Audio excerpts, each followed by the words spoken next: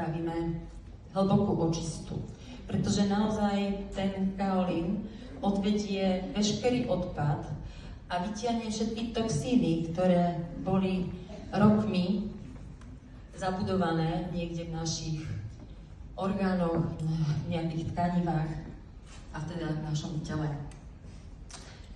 Prvé je, pozrite sa na seba do zrkadla a uvidíte nového človeka, ktorý sa bude na vás usmievať, pretože tá pokožka bude čistá, bude rozjasnená, budete mať viac vitality, budete mať viac energie, zbavíte sa chronických ochorení. Tu môžem povedať, že naozaj tá prax ukazuje veľmi veľa vecí. Tí ľudia, čo si nosia tie záťaže a majú chronické ochorenia, vysoký krvný tlak, diabetes mellitus, rôzne bolesti kĺbov, kolien, kostí, tak tam dochádza naozaj k veľkej úprave. Môžem vám povedať príklad jedného môjho klienta, hovoríme mu Jožko, vek 56, prišiel červený v tvári, mal nadváhu, mal vysoký krvný tlak, diabetes mellitus 2. typu, problémy s močením.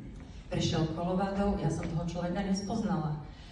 Hovorí mi, Bea, hneď po kolovade som nabehol k lekárovi, pochválila ma cukrárka. Stiahla mi lieky na cukor. Pochválila ma, že som schudol, hneď si ma vážila, pýtala sa, čo som robil.